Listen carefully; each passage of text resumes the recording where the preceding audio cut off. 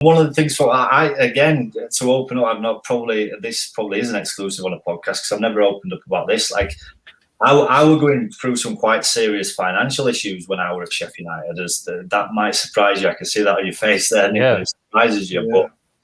But at Fleetwood, at Fleetwood, it all came out a little bit more down the line. But I just found out that all my savings that I'd put away and give to a financial advisor, he'd lost a lot, like everything.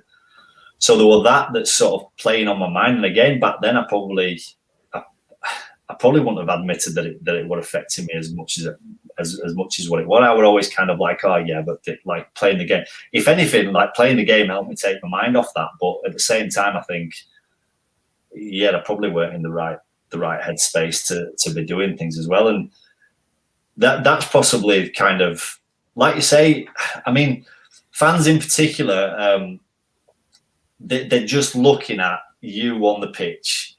Is he playing well? No. Like that's it. That's as black and white as it is. Like, so then you have a run of bad games, and it's like, oh, he's a crap player. Like, you can go from sort of having a bad game, and it's been all right, we'll give him the benefit of the doubt. But you start to have a run of bad games, and like I say, when then it drags out to being pretty much a season where I underperformed, like there might have been one or two glimpses in there, but like even for myself, I'll hold my hand up and say for the majority of the time, I was massively underperforming at Sheffield United.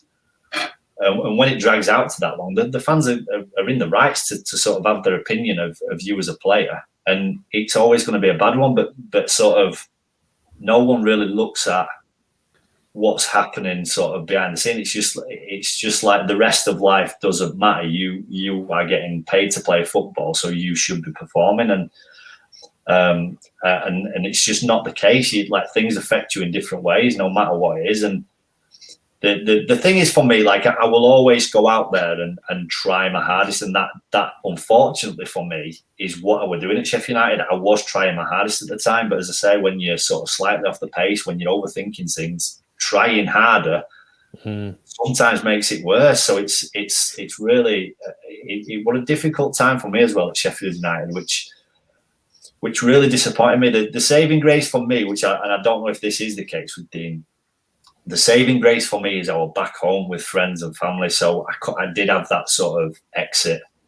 Whereas if that had have happened at some of the other clubs, where like Millwall or Bristol, for example, when I was living away from people, like kind of just me and the missus, I had no sort of real escape from anything. Whereas when I was at Sheffield, I had my friends around me, and you can go and take your mind off things